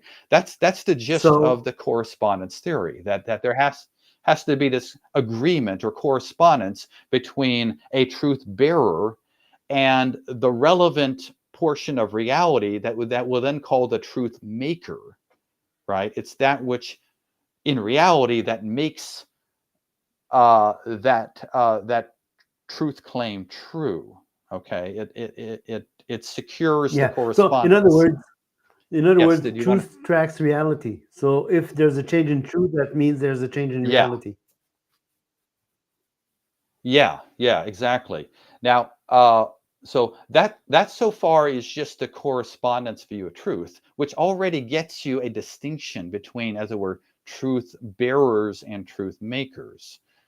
At least a rough distinction, right? And it says truth consists in this agreement between the two, this correspondence, that the how reality is represented by the truth bearer matches up with how reality actually is. And if that holds, then the truth bearer can be correctly said to be true, right? And if it doesn't hold, then we say that this is false, or at the very least not true, right? Now, the idea of truth maker maximalism adds to this, right? Uh, and it only adds one little idea, which isn't really that controversial, is that in this relation of correspondence, one of these terms, you have the reality term, and you have this representational term, right? The truth bearer, the thing that we say is true or not, and the thing that it has to correspond to. The truth making idea simply says that the reality term is explanatorily fundamental. That the reason these representational items, thoughts, statements, propositions, are true is because, or in virtue of, the fact that reality is, and is in a way that corresponds to uh, uh, those claims, right? Uh, so, so the truth maker idea simply takes the symmetrical equation you get with correspondence and adds the idea that the reality term is explanatorily fundamental. Now, this is really very, very commonsensical. You know, uh, it is true that I'm holding a seltzer can, Yeah, right? I agree with You that. agree with that, right? Uh, okay. Okay, sorry. I hope that That's wasn't fine. too loud. Uh, is it true now that I'm Nope. holding a seltzer can? No. Truth has changed. Why did truth Reality change? changed. Because Yeah. reality changed, right? Yes, exactly, right? This is common sense. Okay. Now, the truth maker maximalism idea is just a generalization of this common sense idea that for every truth, there is something in reality, something that exists that suffices to explain or to ground or to make that truth true, right? It's basically the thought is that if you're going to say something's true, then your picture of reality should be adequate to underwrite the truths that you want to posit, right? Um, so why is this idea of truthmaker maximalism controversial then? Well, because some people think that there are plausible counterexamples.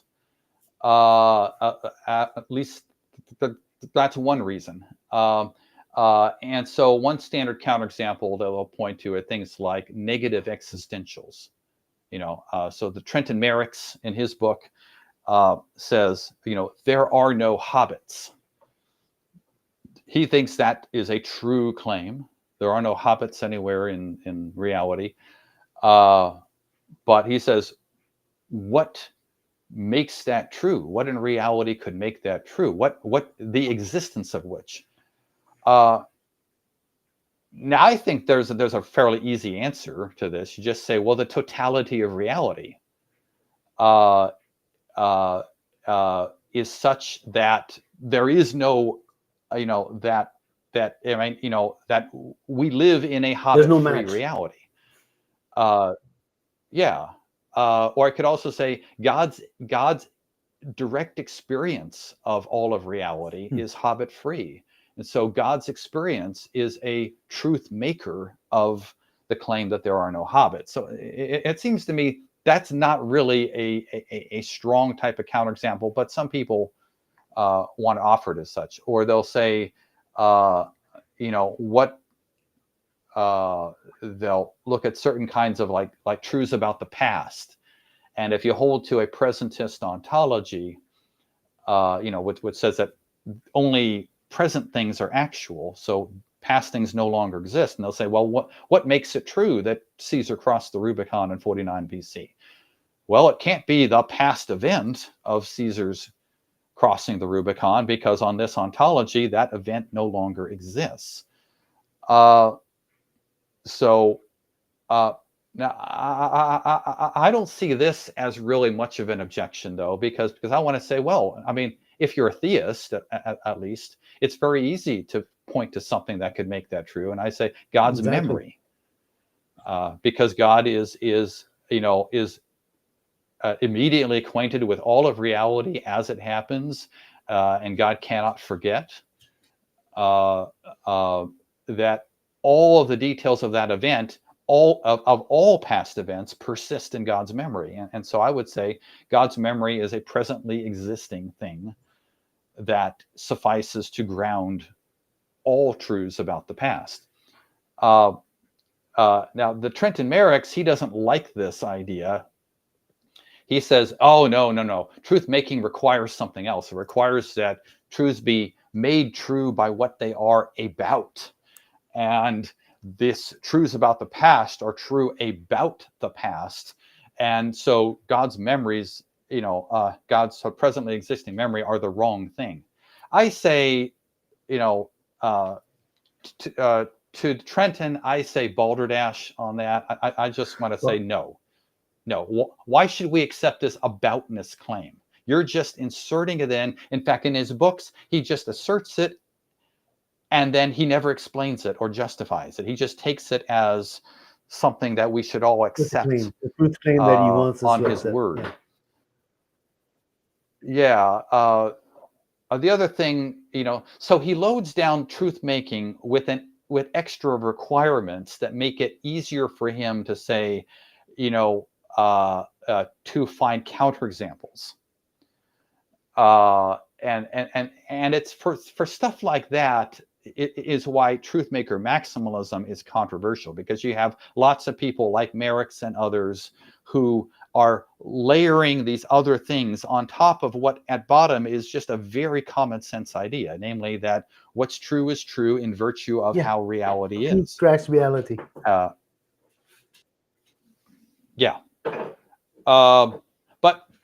anyway,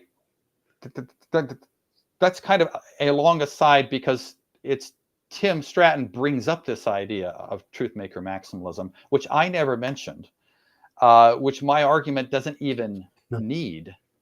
And in fact, even if I were to press an alethic grounding objection against Molinism, which I'm happy to do, I wouldn't appeal to Truthmaker maximalism, precisely because it's a lot stronger than I actually need. All I need is something like truth supervenes on being, or even weaker, contingent truth supervenes on being, which says that for all contingent truths, reality must be somehow different. If it's true, then reality would be if it were false instead. So there's got to be it has to be a concrete difference, that corresponds to the truth or falsity of the claim. If you accept correspondence, you need to accept that at the very least. I mean, unless you want to discard completely correspondence theory, then if you accept correspondence, you need to accept that at the very least. Yeah. The way Bill Craig and probably Tim, I haven't seen him develop this point, but Craig and many other Molinists since have tried to skirt this, is he appeals to what's known as the disquotation When I read principle. that, I almost fell off my chair. I said, "What? Why does he appeal to that?" I mean, yeah, at this point, he's just discarding correspondence, isn't yeah, he is really. What the disquotation principle says is that it is true that P, where P stands for some arbitrary proposition, right? It's true that, the cat is on the mat if and only if the cat is on the mat. What Craig wants to say is, I can use this principle to disclose, that's his term, the facts that middle knowledge conditionals are grounded in. So, what makes it true that if I were placed in this hypothetical indeterministic scenario, that I would freely say, choose the chocolate ice cream over vanilla? Well, what makes it, well, if it's true that, again, here's the disquotation view, right? If it's true that P, if and only if P, right? So if it's true that if placed in the scenario, I would choose, or I would freely choose chocolate. Well, that's true if and only if placed in that scenario, I would freely choose chocolate. And so he says that second part, that's the fact that is disclosed by the disquotation principle. And that serves, he says, as a ground, as a truth maker.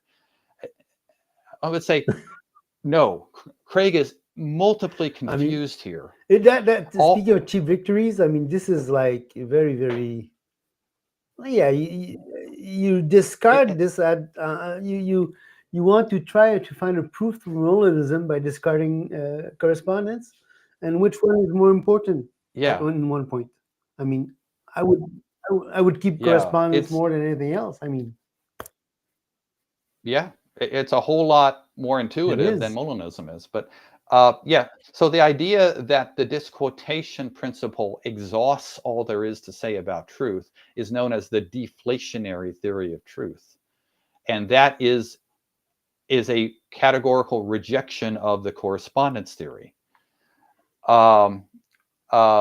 But he's also misapplying the disquotation principle because the principle isn't a metaphysical principle.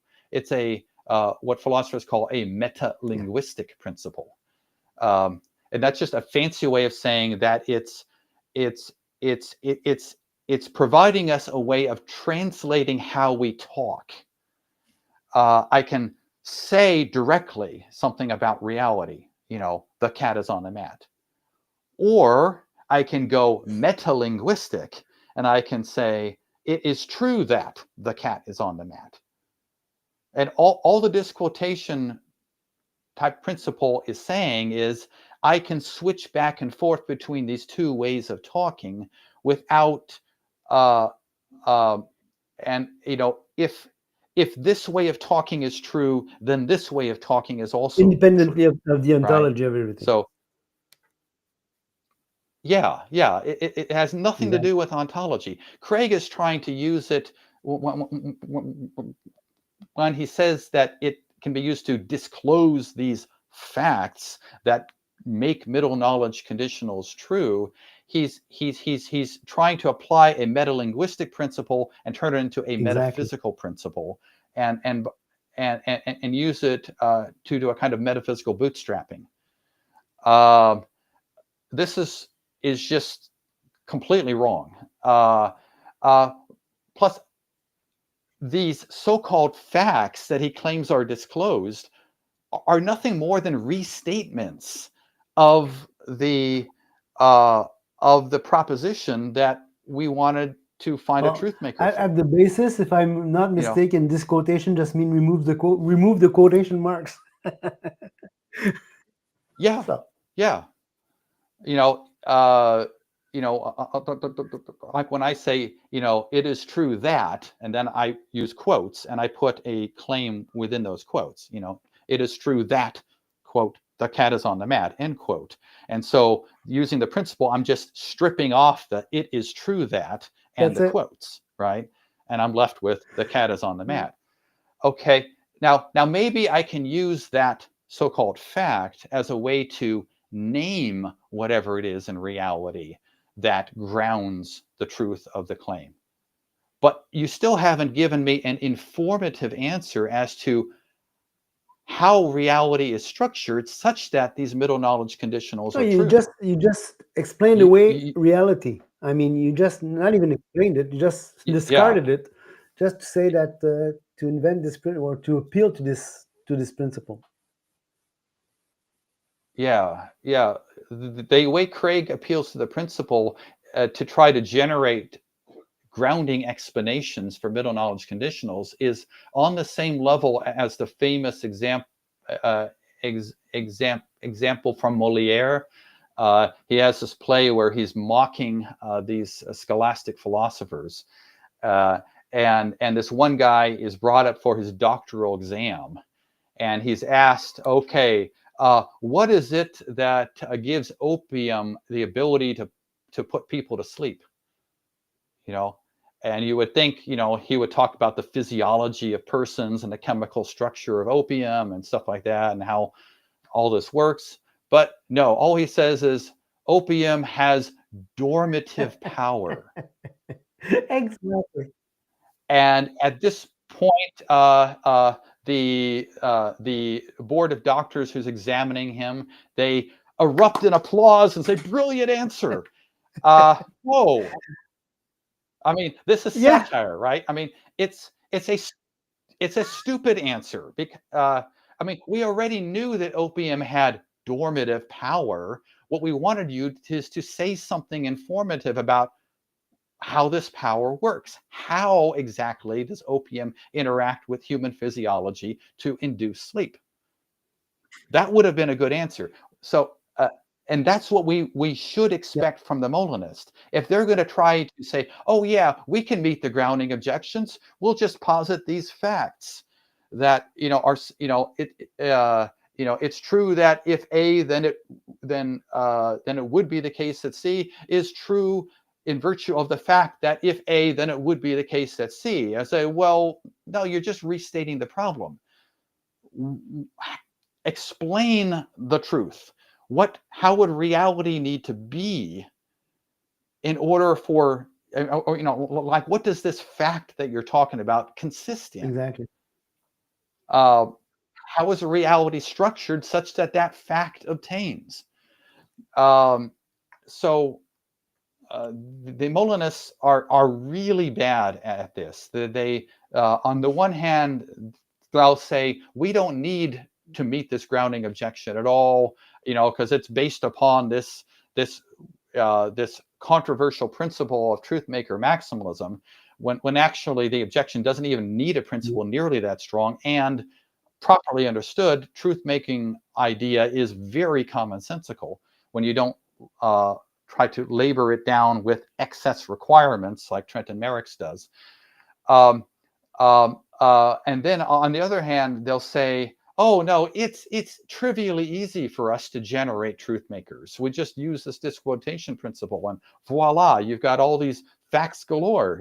What more could you want? Hey, you should be happy with that." Yeah. And that is the epitome of a cheap, metaphysically cheap response. It is. It is, because there's no substance to the matter. Yeah, exactly. Substance free. It might be worth mentioning a point about this last claim Tim makes and his reply to the grounding objection before we maybe look at wrapping things up. But he's in the process of writing a revision to a book that he wrote a few years back, defending what he calls Mere Molinism. And in this revision, he's got this claim he wants. He wants to kind of redefine what correspondence means. So I'm going to actually switch to a different blog post where he actually quotes himself. Yep. Great, right? Is that okay? Because I want to make sure that I'm not at all misrepresenting him on this. Okay. This is his most recent blog post. Okay, so he's talking about Mere Molinism and stuff. Now, oh yes, okay, right down here, he says provides a philosophically coherent view of freedom, but then he's got this claim, all right, about truth. A statement is true if it corresponds to the way things are, the way things were, the way things will be, or the way things would have been if things were different. Huh. Okay, that's an interesting claim. Normally, correspondence is a thing is true if and only if it corresponds to the way things are. So why is he adding these other clauses? Now, it took me about 30 seconds of reflection to realize that this proposal of Tim's is a complete non-starter. Maybe you can see some of the things that are wrong with it, but the gist of it is it makes truth way too easy. Way too many things come out as true on his principle. Interesting. Yeah. So I'm Go going to give ahead. you Yes, a couple yes. examples. Okay, so for example, look at the claim that the way things would have been if things were different. Oh, okay. Well, okay. Let's take things that are known falsehoods. Okay. It is known that now that all swans are white is false. As it turns out, in Australia or thereabouts, there's a population of black swans. This wasn't always known to everybody, at least in Europe and the West. But so it is in fact false that that all swans are white. But by Tim's criterion here, that counts as true, because that's the way things would have been if things were different. That is, if things were different in such a way that none of those black swans existed or any other color swans, then all swans are white would have been true. So by Tim's own statement, that statement, which is actually false, is true. Yeah. Right? And you could run this for anything that is a contingent type falsehood. It's going to come out as true. Definitely.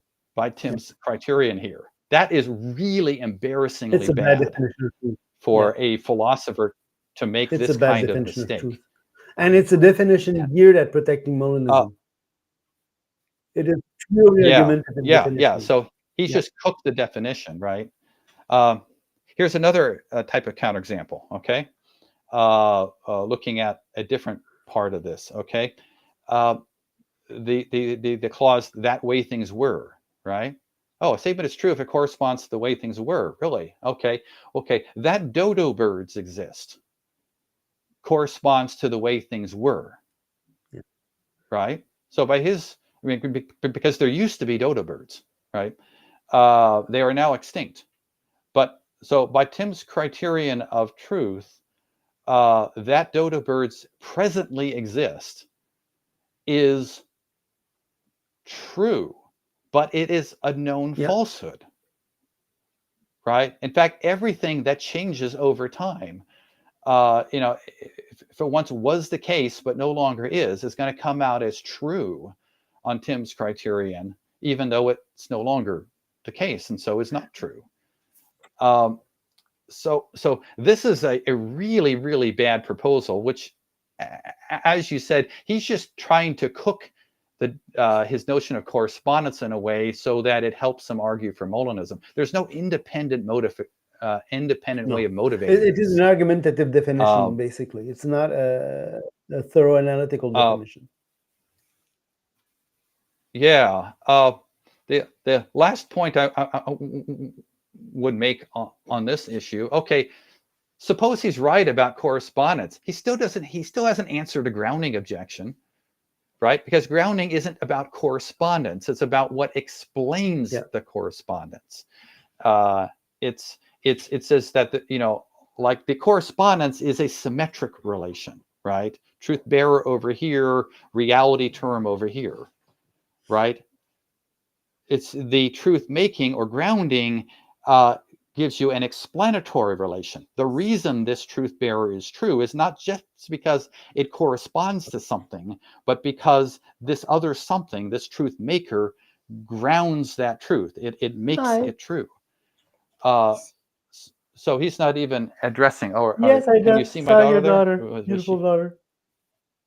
Okay, yeah, she was popping Hi. her head in. Okay, real quick. All right. So does that make It's sense? as if the definition is susceptible to the same kind of objections that we can level to the ground objection per se. Almost. Yeah. Oh, yeah. He's changing topic, really. Not addressing either the alethic grounding issue or the epistemic grounding issue. Well, this was a fascinating discussion. I hope we do this again sometime. I love this. Deep. Yeah. If you wish, we could try to schedule in a couple weeks or something.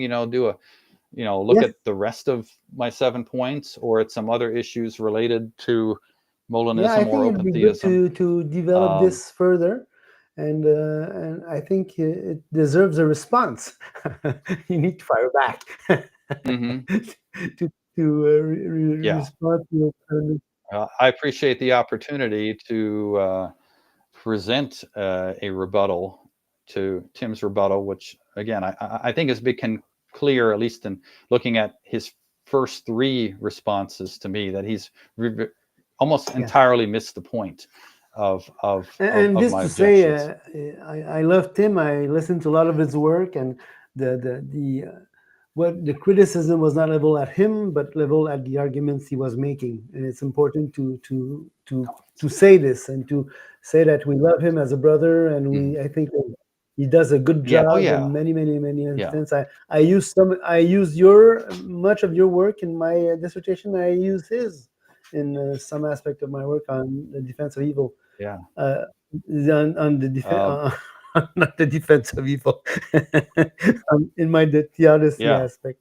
So he's a good scholar in many instances, and so we just want to address our concerns about the arguments, not about the individual. Yep. I mean, I respect him. He's while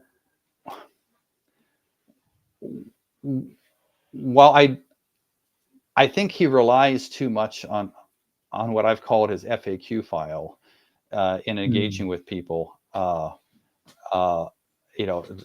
Such that his responses to critics tend to be very superficial. I like him as a person. He's a very friendly guy, very amiable chap, and I'm glad that he, like us, is an opponent of Calvinism, aka theistic determinism. We can certainly agree there that that's not a good system of philosophy or of theology or of divine providence. But when it comes to Molinism, I mean, I used to be a Molinist. I was for about 4 years when I was first entered college as an undergraduate. I stumbled across a book by William Lane Craig called The Only Wise God, where he's basically talking about free will and foreknowledge, and concludes, with a exposition and defense of Molinism. And at first, when I read that, I thought, wow, this is neat. I get to have my cake and eat it too. I get to, get this God who is strongly provident in the meticulous sense, and I get to have my creaturely freedom. And so, as an undergraduate in philosophy classes, I even wrote a couple term papers defending Molinism. So I read more widely in the literature for that, works by Flint and Fredoso and other well-known Molinist authors. And I also started looking, though, at some of the critics, Robert Adams and William Hasker and stuff. And I started moving away from Molinism, well, shortly after I read an essay by Hasker, who posed a question that I kind of dismissed at the time, but it stuck in my mind. It just put a little thorn in my shoe. And his question was very simple. How does God come by his middle knowledge? It's a variation on the grounding objection. But I thought that's a very fair question. And I looked to see what Bill Craig and others had to say about it. And I found myself very disappointed, like essentially like he does with his conceptualist and perceptualist knowledge. He says, oh, the way God comes by his middle knowledge is he just knows it. It's, again, that's on the level of, how does opium induce sleep? Well, it just has dormative power. Exactly. Not a very helpful explanation. And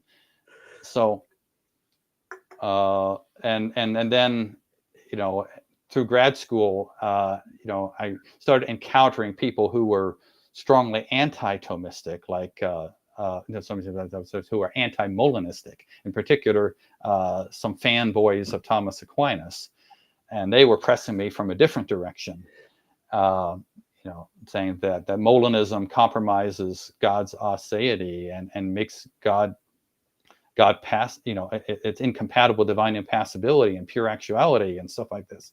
And I said, hadn't considered that. And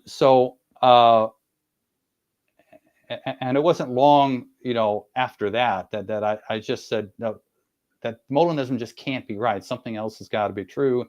And it was in the course of really trying to scope around for what could possibly be true that I was led to open theism. So I can totally sympathize with Molinists, why they like the system. I mean, at a certain level, it looks really nice. And if you accept the premises, if you accept the system, it has a lot of explanatory power for many, many things. It's so in an apologetics way, kind of appeal there. If you want to defend the faith, it seems very appealing. It's very, you can adapt it to many, many situations. It's very useful. Well, if it's false, it's not useful at all. Yeah.